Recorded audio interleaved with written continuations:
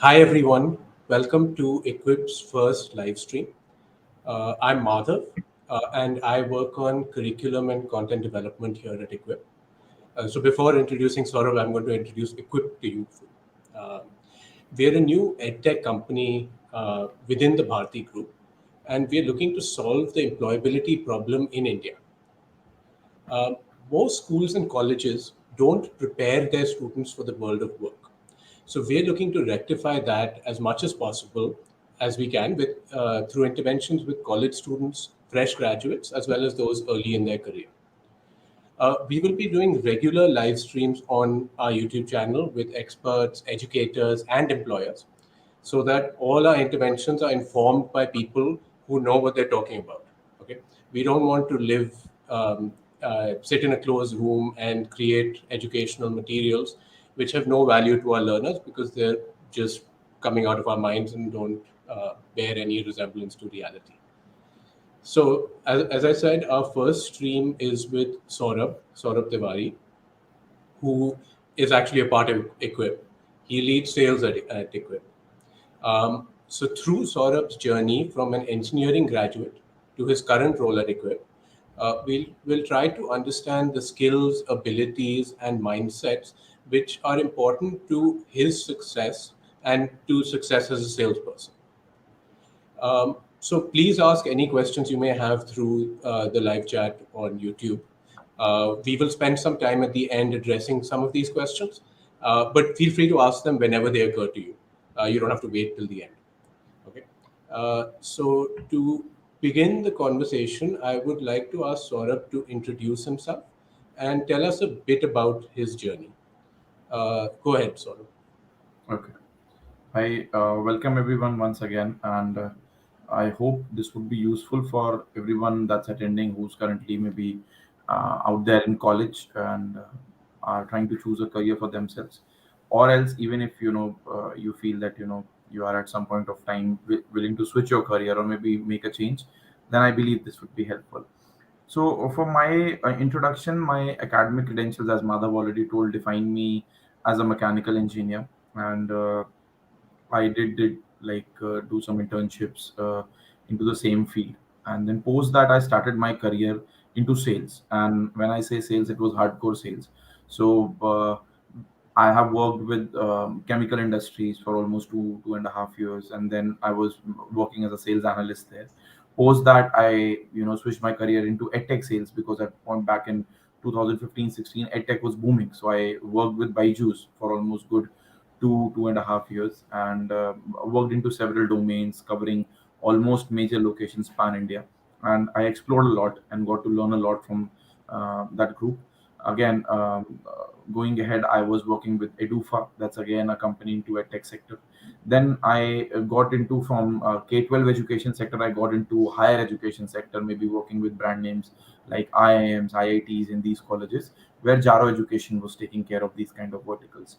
So Jaro again has been into the e-learning space, or rather say online learning space, for almost good 2 decades now.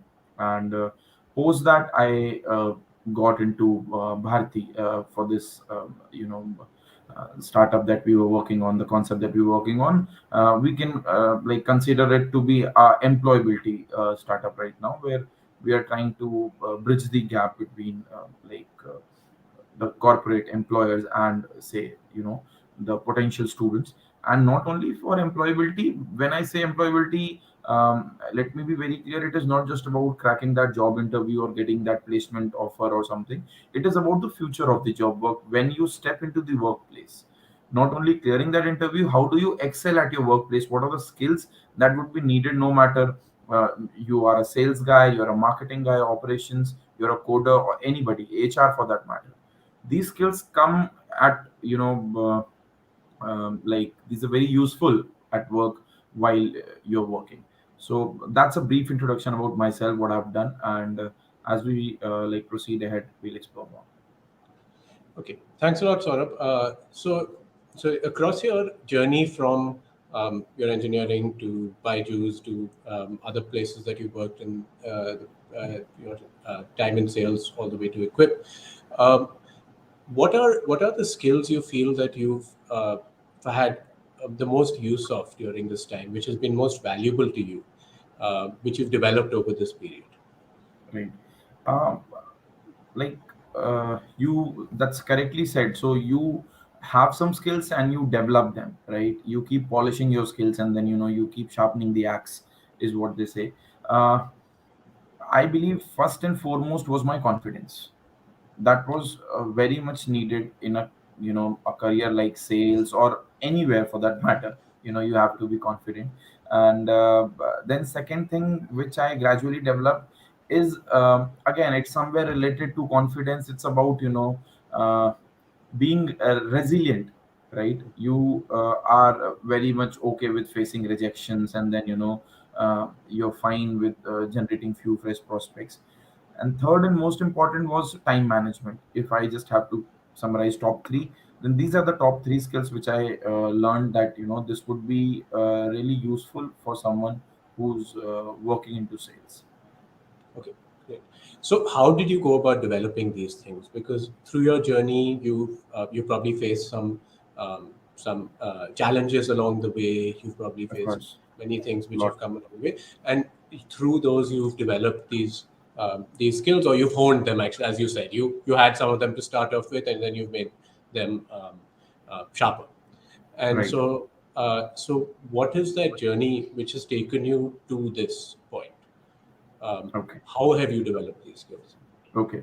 So I would say my journey was quite similar to anybody who just gets out of the college and starts a career with something that you have not been trained on.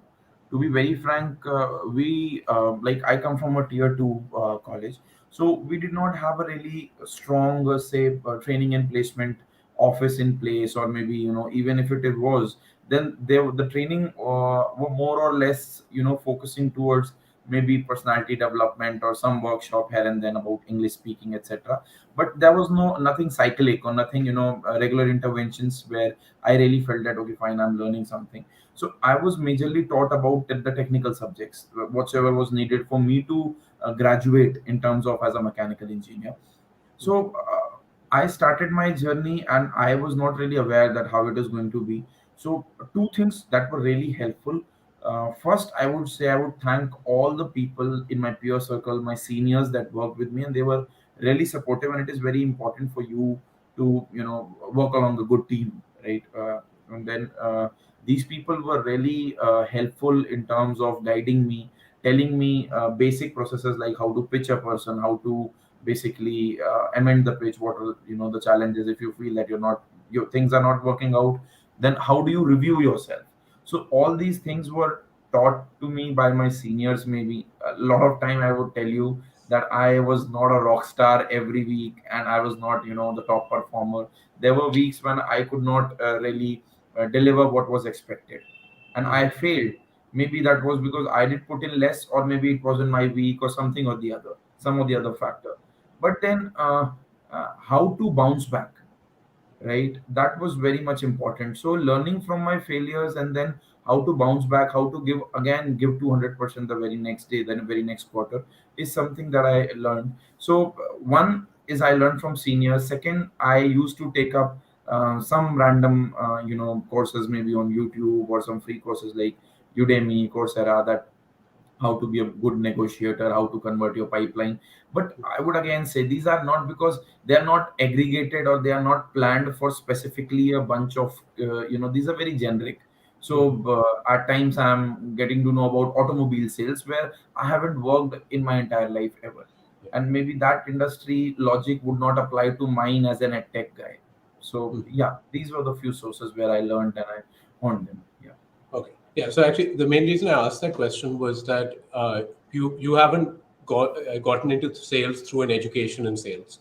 You've gotten No. into sales and then learned sales, Right. right? And so, as you said, a part of that was courses, but the other part of that was building these relationships with people, your seniors, other people, potentially your True. peers, and so on.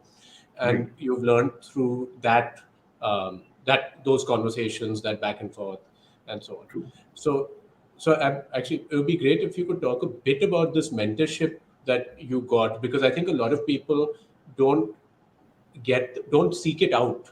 Seek out Yeah. mentorship when they Yeah. get their first job, or when they get even their second or third job. And that I see the value in that, right? Because you're learning Yeah. from someone with more experience, you're learning from Right. somebody with more, and potentially in the same field as you. So Right. if you can talk a bit about those relationships and building those relationships, that would be Right. great. Right. um, like I would relate, I completely relate to what you said, is because there were people who actually needed help even back in the day. I was speaking with few of my batchmates, so I'm like pursuing this executive course from one of the institutes. So major people are in sales, so they were sharing their stories that some people have got, 10 years of experience, 20 years of experience, and still I see these guys still learning till date. Hmm. And that's what sets you apart, that Yeah. despite you having more than you know uh, 2 decades of experience, you still feel that there is something that you may learn and you still need to learn, right? So first of all, that need is very important. And what I feel is that uh, there is a saying, one of our faculties told us that mansa vacha karmena, right? So it's a Sanskrit saying which means mansa means your mind, vacha means your voice, that means your speech, and karmena is of course your karma. Hmm. That's the actions that you do. So mansa vacha karmena, they should always be in sync, Okay. right? If I am saying that I need something, I need to be maybe the top salesman, I need to be the best coder, I need to be maybe the best HR, then I need to accept that I need to learn. And especially this matter, while I switched from chemical industry sales, which was more of a factory setup, to Baiju, which is completely a different universe, I had to unlearn and relearn a lot of things. Hmm. I can't just walk in that I already have 2.5 years of experience, and these kids are just college pass out. I know what sales is, I know what revenue, profit and losses. But because I have sold to an entirely different market altogether, right? And these guys are operating on a different market. I need to obey, respect their processes, their values, and then I need to get in sync if I have to be doing good. So that's first of all, the first thing, that that adaptability to learn, that majorly while we talk about, if you accept that yes, I need to learn something, and it is 90% cases it is your senior. In 10 Hmm. 20% cases you will find that even your juniors or your peer Hmm. can teach you something which is actually going to be lot helpful in the longer run. So there's no shame in asking. I mean, we when I used to do sales, I'll give you this typical example, that while motivating, so this is more of a sales thing, but while motivating kids to buy those products of Byju's, or rather say these Jaro education, while I was selling MBA courses to working professionals like you and me, the only thing that I used to tell them is that please accept first of all that you need this. Because Hmm. half of the time the kid does not feel in front of his parents, the kid might feel, no, if I accept that I need something, that means my parent might feel that I'm weak. Hmm. Or my peer might feel that I'm weak. Oh, he's doing an MBA course, that means he does not really someone who can do well with the current educational qualification. So Hmm. first of all is something I used to tell them, that you don't know everything, you can't speak Chinese, Yeah. right? You can't speak everything, you can't know every language or everything, so it's okay to accept that I don't know something. So I believe Hmm. that would be helpful. Yeah. Okay, thanks for that, Saurabh. Maybe before going into like the details of how you go about your work, I have one more question: is why did you decide to choose sales from starting with engineering? What made you make that decision? Okay. So I'll be very like truthful here. The reason, the prime reason, my driver is money. Okay. So for all those who are looking for, who are driven by money, and who are driven by, say, so there were few factors. I'll just summarize them. First of all, I believe that while I already had an offer, okay, so I did my internships. I did really good projects. Okay, so I was Hmm. not that student who was just getting a lot of backlogs and no college records and everything, and I just had to do sales. I had technical offers. I did my internship with good reputed companies into core mechanical, and then I did good trade projects as well. But it is about interest. So sales in was always appealing to me, convincing, and then talking to people, and then negotiating with people. It was really something that I really enjoyed doing. Mhm. Second thing, what I felt is that the quality characteristic traits that I had were more of a sales guy rather than being a core mechanical engineer.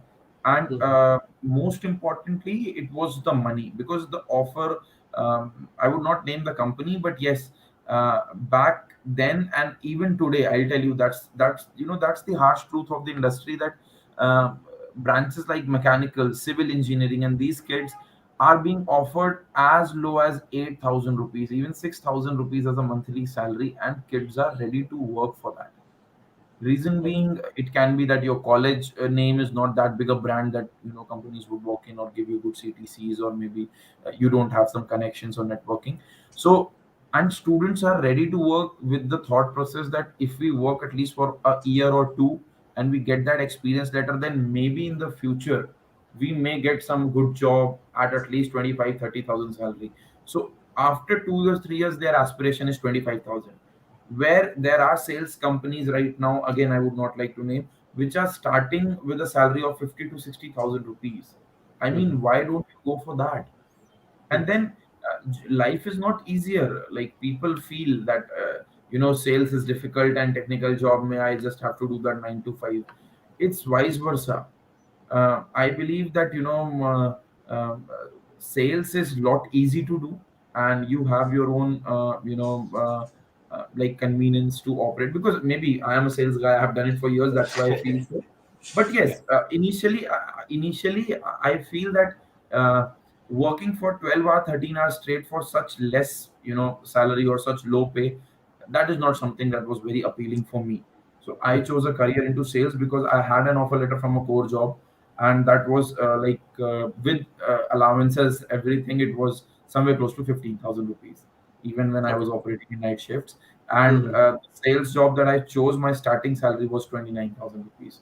So I Okay. thought that why not go for almost the double? Yeah. Okay. Yeah. Okay. That's interesting. Yeah. So you're saying that one motivator was money. Another motivator was that you felt that it fit your profile better, your abilities better, the sales role, and The then interest, yes. yeah, and then your interest, right? Yeah, So I guess all these three things pushed you into a career in sales. correct. Okay. So okay. So now what I thought is that maybe it's a good idea to for you to kind of take a product that you've sold, and then let me just ask you some questions about that product. Good. So how so give whatever that product is, how do you go about like finding clients and customers for that product? What is the process which Okay, okay. So there are few like technical terms that we use. So I would try to use it as less as possible in my statements. I'll So ask you if I don't understand anything. yeah, because I'll interrupt. we are like HRs have some terms which are not usually like they don't fit the market, like poaching. So you don't Mhm. literally poach an employee. You actually Yeah. just, so we also go for head hunting. We go for a lot of these things. So I would try to keep it simple. So there are different kind of approaches, as like you correctly said, it varies from product to product. You are selling into a, which kind of industry are you working on? Are you working on B2B, B2C, D2C for that matter, B2B, B2C? So there are a lot of industries that you work in, and then again, which again there are some bifurcations of industry. It's a consumer internet company, it's a Mhm. automobile, it's a BFSI, whatsoever it is, and then that really creates the first initial landmark of how you're going to go about it. Second thing, the source of your lead is very important. What is a lead is very important, right? So usually people are mistaken in prospects and suspects.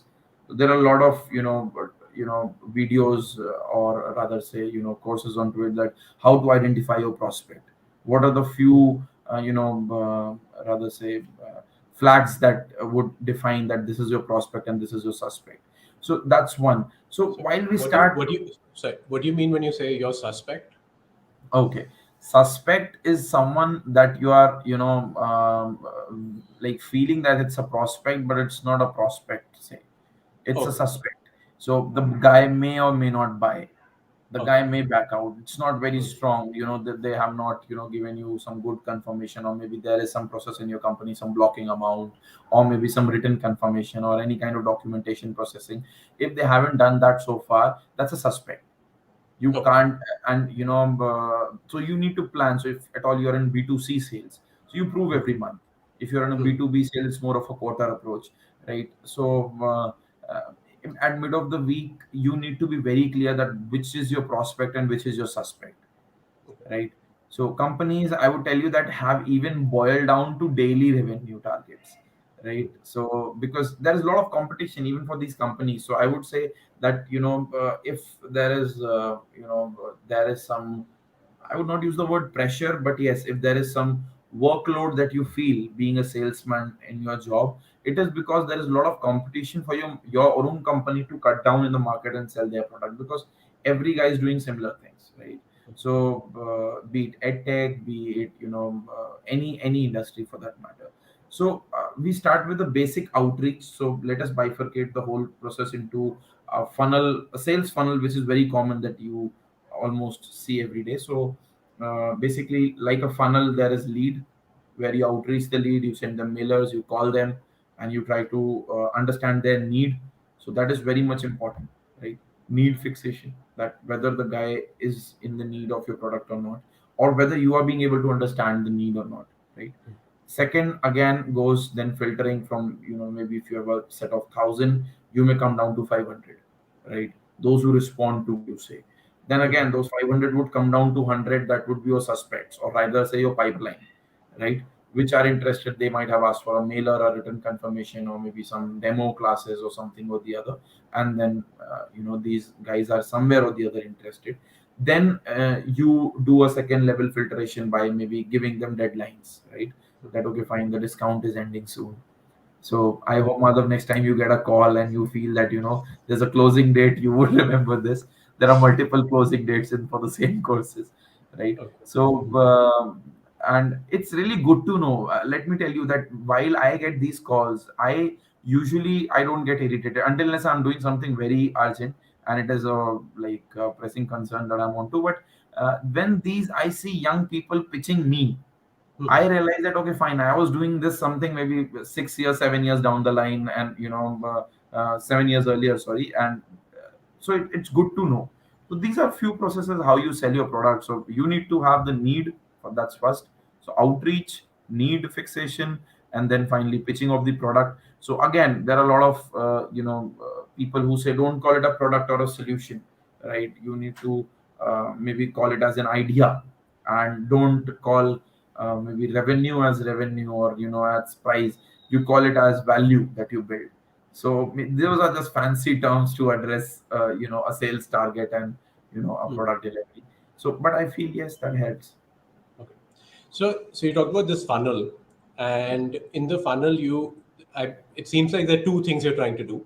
One is you're trying to get the widest number of people at the bottom of the funnel, but also you're trying to eliminate the people who are not, you don't want to waste time on, who you're not trying to bring in, right? True. Because there'll be some people who you may reach out to initially who you realize really not going to pan out. So True. how do you go about that elimination? How do you trim down your funnel to people who you feel like are actually interested? Okay. So first of all, let's understand why, and then what we do. Yeah. So why do we do this is because uh, this is a fact, and a lot of people do share this even in their training modules. Company do train their fresh hires onto this, that the time taken to convert a no Hmm. is equal to the time taken in converting five fresh yes for Okay. your product, Hmm. For example, I talk about you. If you want to do a course, maybe, right? You already hold a doctorate from Arizona. That's a different story. Just consider yourself a normal graduate, and I'm selling you an MBA course, and I'm telling you that this is important, and you know that MBA is important for you. You want to do it, but then maybe this is not the favorable time for you. Maybe you don't have the funds right now. Maybe you feel that you're too young right now. Maybe you just have 1 year experience. You want to explore an executive MBA, maybe 3 years down the line, 4 years down the line. Be it any reason, ultimately I'll not be able to sell it to you. So you had the need. Maybe I could not position my product like in a right manner, or there was some gap in communication.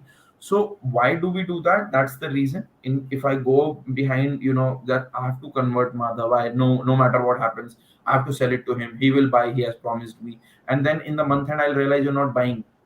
I can't go out and kill you, right? I'll have to then generate a fresh pipeline.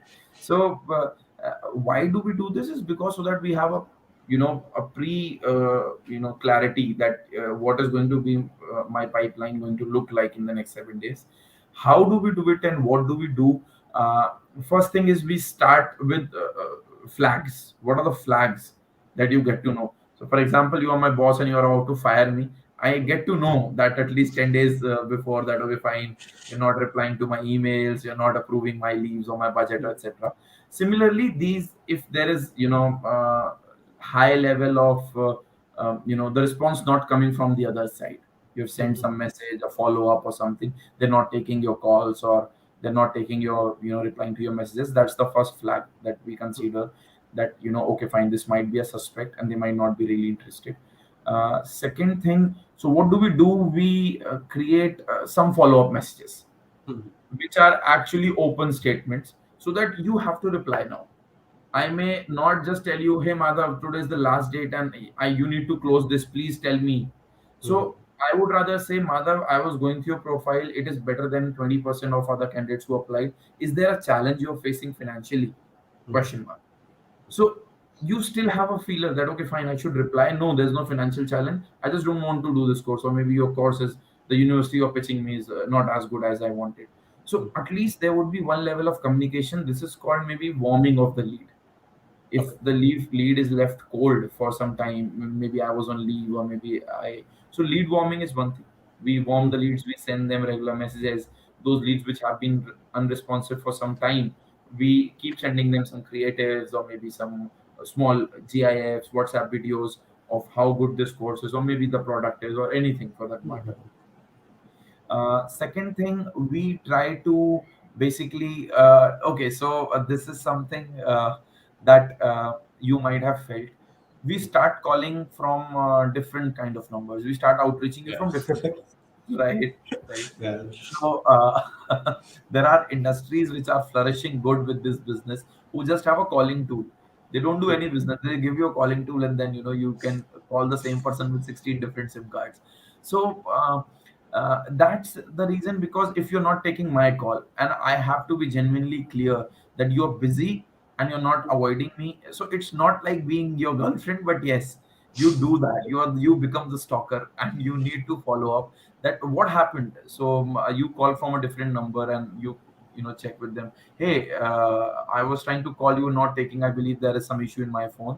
So just wanted to check what happened, sir. So you don't tell them that I'm purposely calling that because you Yeah. were Yeah. talking to me. So that's a different approach.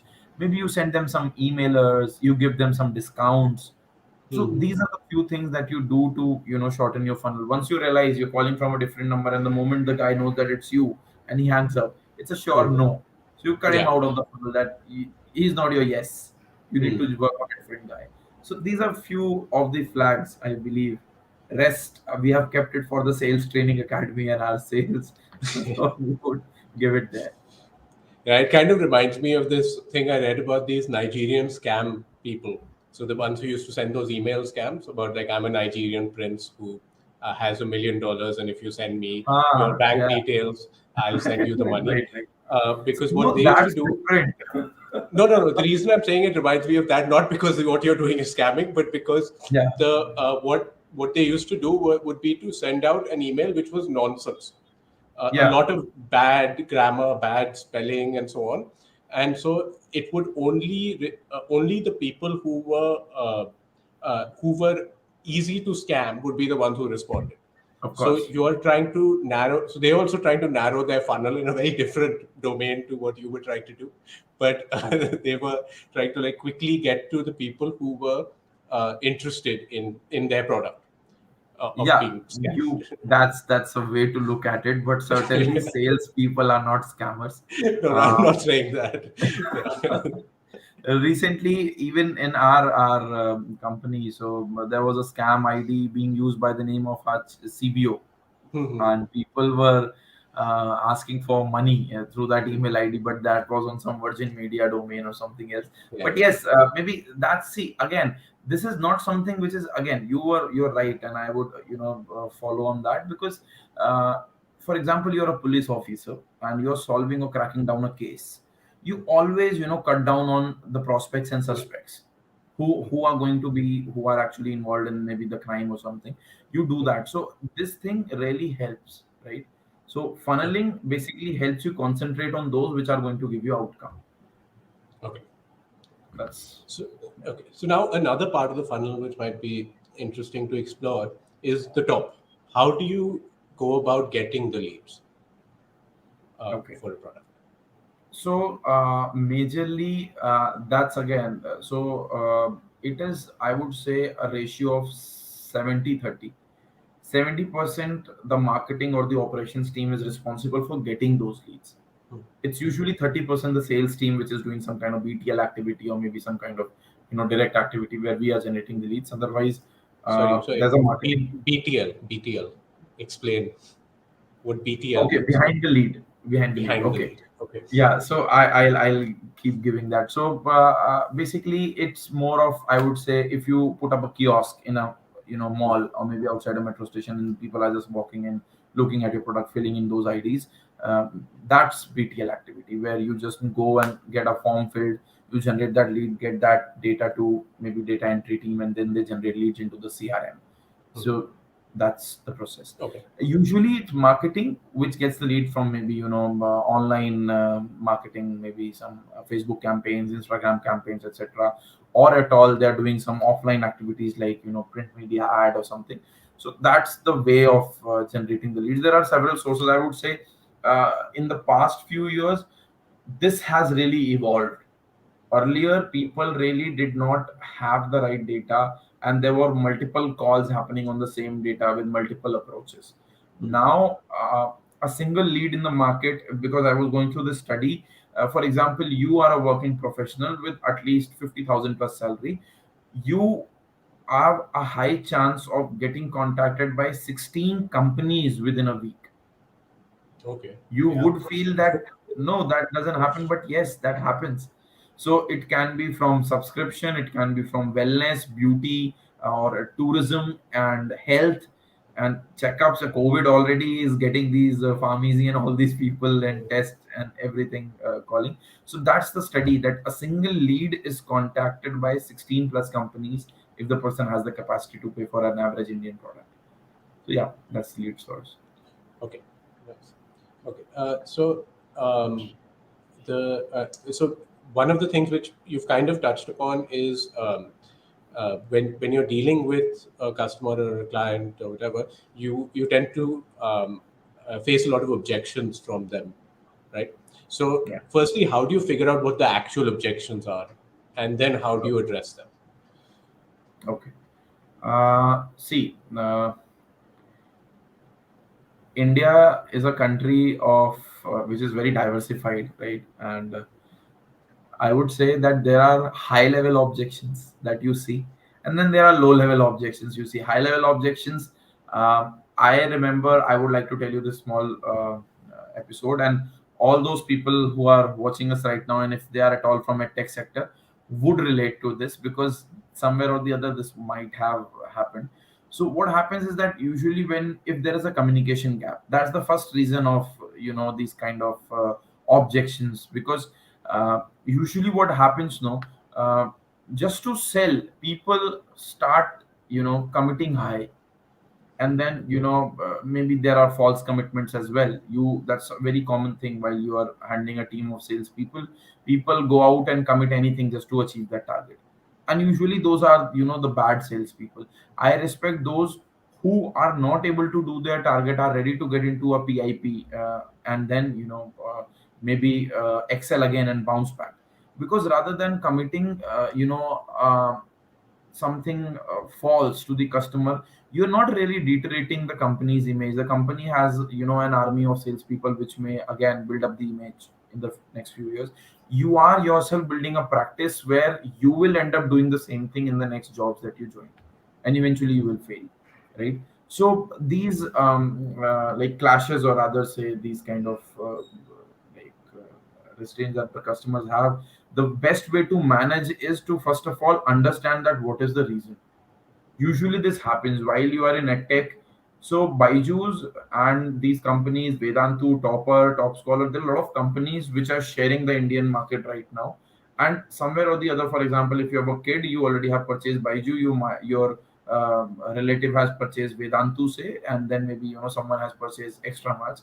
And if I'm sitting in your neighborhood and you get to know that there's a counselor from some edtech company, you may come down. No, don't go for this if you had a bad experience. So Yeah. first thing is bad experience, right? And bad experience usually come from overcommitment or false commitments Mhm. that leads to these kind of challenges. So it's very easy to tackle. Usually it looks like, oh god, the relative is telling, or maybe the neighbor is telling that don't buy this at all and my sales is gone. If you sit there and you actually try to get to the root of it, that what is the root cause, and you will realize that you can fix it.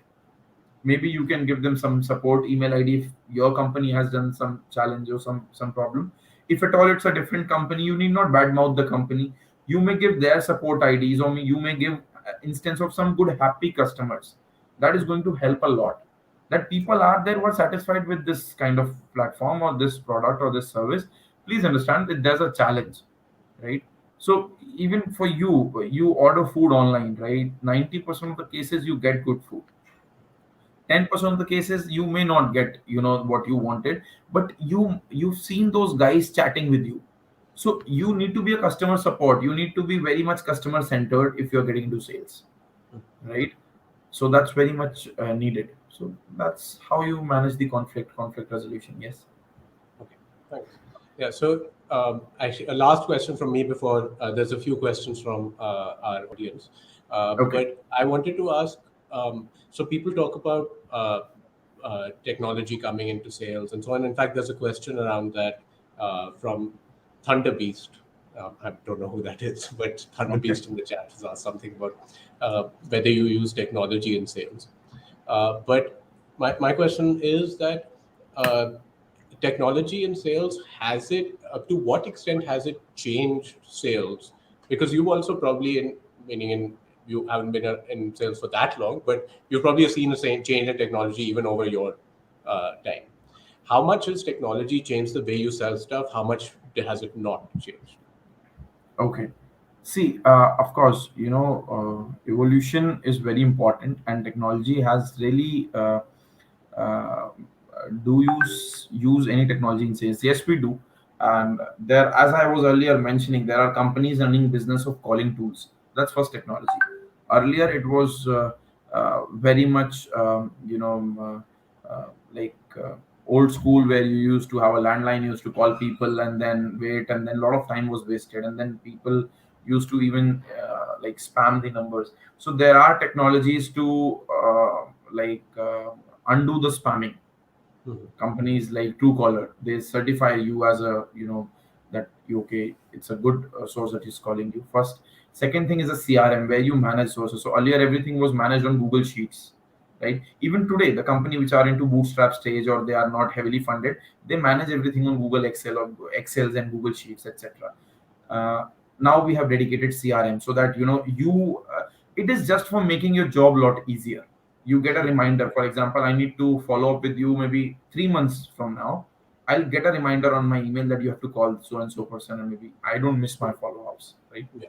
Third thing is again, these tools which are very helpful. For example, you want to convert the whole text that you want to send into a small GIF, say, or rather you want to convert into a poster. So all these technologies, all these platforms are really helpful in that case, because to make it more appealing, it is first thing is look and feel. People don't buy the product, people buy the experience, right? And then how is that, they're feeling about it. So yes, technology is very much needed in any, not only in sales, everywhere, but yes, it is very helpful in sales, and it has evolved a lot. Okay, so you're saying it's changed a lot over the period, even while you've been around in sales. Right. Okay, okay, great. So we have a question from Rahul Kumar. Okay. Uh, he's actually has an interview with Byju's tomorrow, so Oh. I'm sure you can help him out here. That's it's a good day for you to have showed up if you Right. have somebody. So his question is from a technical background. So I'm guessing he's also from a similar background to you. Similar What are background. the challenges in what are the challenges in sales? And maybe you want to address that in relation to his tomorrow's interview with Byju's. Of course, of course. Help him Uh, out a bit. Hi Rahul. First of all the very best for your interview tomorrow, and you are going to earn a lot of money if you make it tomorrow. And then because Byju's is paying good, right? So that's one.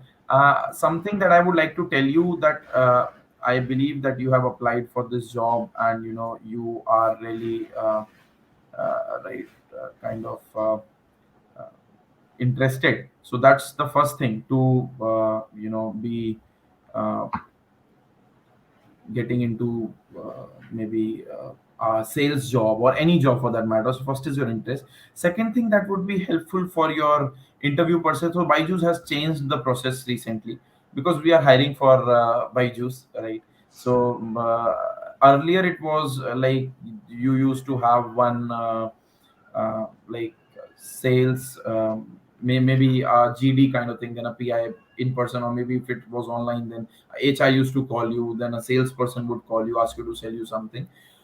Here now the HRs have majorly got that authority of directly selecting the guy, because they know what the sales manager would need. So Rahul, what I would recommend anybody and everybody who's applying for a sales job with Baiju or any company, uh, first and foremost thing is your confidence. Few qualities that people look, even I look while I hire, is that the person should be really confident, and you can clearly understand in the interview that whether the person is just coming in for money, or is it that the person is really interested. So they ask you questions which may seem like very difficult at that point of time, that will you be able to talk to 250 people in a day? Of course you can't, right? But then they're trying to check that whether you will give up or not, right? Will you be able to travel on the field almost 5 to 6 days a week and meet 8 to 10 peoples every week? Will you be able to close a sale target of say 2.5 to 3 lakh rupees per week, right? And if at all you feel that you want to really do it, because let me tell you one thing, once you are in the company, they have a really strong process to train you. They have made those people sell which were not really having the skill, but were really high on the willpower. So it's the skill versus will game. You may have the skill but not having the will, you will not be able to do it. You have the will to do it, you may not have that level of skill in terms of communication, personality, negotiation, anything, but still someone would teach you. There would be a trainer in place, there would be a PIP, there would be a lot of processes where you will gradually excel, but your will is the first thing that you need to have. And to add to that, from what you said earlier, look out for mentors if once you get the job Yes, and yes, try please to. do, please do. Look out for these mentors, and now they have this mentor-mentee program where this trainer would act like a manager for these bunch of 25 kids, and they would only go live on the floor once they have sold some, maybe one sale or two sale is the barest minimum. So you Okay, get hired, you get trained, and then you have to sell at least one or two products, and then you get live and you get into a proper sales manager's team. okay. So yes, please look out for mentors. Yeah. Hopefully that helped you, Rahul. And once again, good luck with the interview tomorrow. Do let us know at Eqvip that how Yeah, was the result. yeah. Yeah. You can comment on this video if you don't have any other way of reaching us. Yeah. Um, so the next question, actually, there's two questions which kind of fit together. Uh, Vishal asks, how do you stay motivated? And Amrita's asked a question which is similar. How do you deal with rejection or loss in sales, which would be an inevitable part of any salesperson's life? Right, right. Again, uh, motivation is something which again boils down to willpower, right? If you have the will to do something, it's not just about sales, it's about, loss of sales, in which inevitable part of sales, of course. Yes, Amrita. So even if, for example, you are a coder and you're trying to, maybe fix a bug, or maybe doing something else, maybe you're a tester or someone. So if you're failing once, twice, three times, four times, you're failing from a week. I've seen people working on a code for almost a month. People from my peer circle are into good companies like IBM and Microsoft, and they keep on working on the same program for almost a month, their entire team, and still they fail as a team, and still they don't give up, because they know that they can crack it. They have the skill. It is the will that works then. Similarly, while we are in sales, let me tell you that as I told earlier, that I was not a rock star. It was not like that, any deal that I'm walking in, I'm cracking it, and I'm 100% conversion guy. I was a failure. I have, seen failure several times, and there were nights when I also used to feel that maybe I may not, be able to get the promotion this year, or maybe get that extra incentive. But then again, what motivates you? What was the first thing that got you into this job, or rather say this field, or any kind of job, is something that is really going to help you. So for me, it was money. And I really felt that if at all, just not because of cracking these two sales or losing these two sales, my incentive would come down from X to X minus Y. I would run for it. I would even work on my week off. That's the first thing. Second thing, again, it again goes to mentorship. Please reach out to people. They have seen failures. Your seniors have seen a lot of failures. They'll tell you. So I would like to name, I'm not sure whether I should, but yes. So I still consider him as my guru, Mr. Adesh Singh Chadha. So he's currently a vice president with Byju's, and in my initial days while I joined Byju's, he was my mentor. He was my guru. So he literally, Madhav, you won't believe, he taught me that there are different kind of families. So there's a Punjabi family, there's a UP, or a Bihar family, there's a maybe a Bengal family, and there is a different family for that matter. How do you sell? Because I was going out on the field, I knew the product, I knew the pitch, I knew everything, and I was failing badly. Then is where this guy came in, and he did not just tell me that, okay, fine, you're not being able to do it, you need not come from tomorrow. He actually sat there, took the pain, and trained me, because I reached out, right? And then this guy told me that this is what you need to pitch in a, a family where there is, patriarchy. Usually that's UP, Bihar, and all these areas, because I used to travel a lot in Byju's.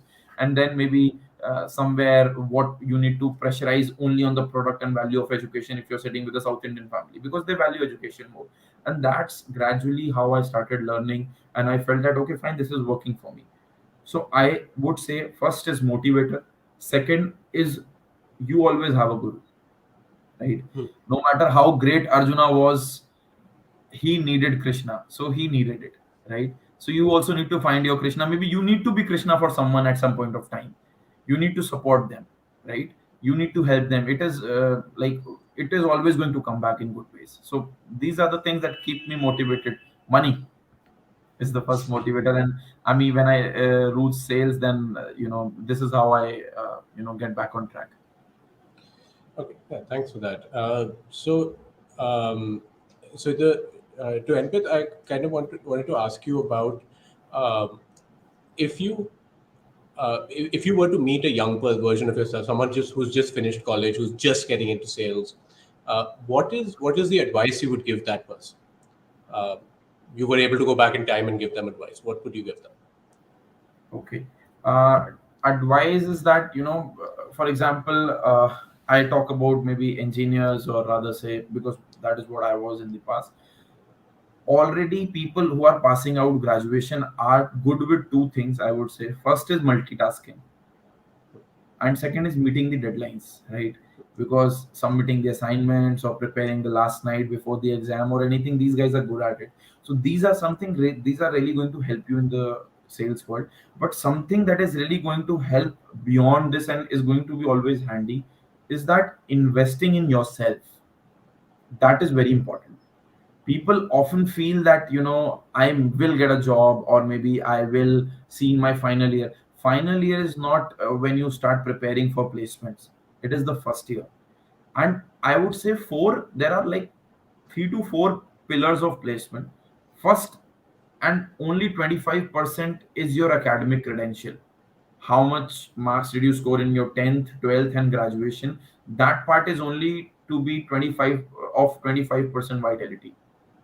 Rest 75% is pivoted onto how good you are in your communication skills, maybe your interpersonal skills, or others say, how much have you invested in yourself, and have you done internships? That adds a lot.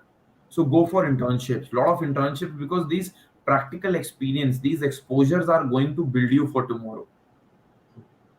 And then finally, it's okay to fail. Even if you join a job and then you feel that I could not make it, and someone made a career or fortune into it, it's okay. They also did not make it in first go. Try again. Just don't give up.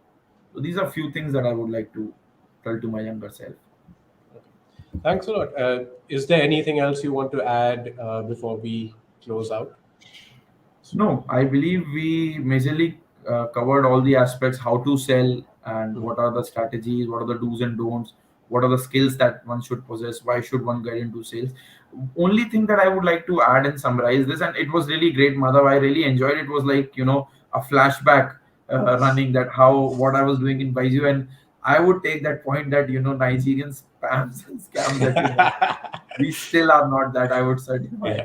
But yes, something that I would like to mention is that anybody and everybody out there, I would request you to please explore.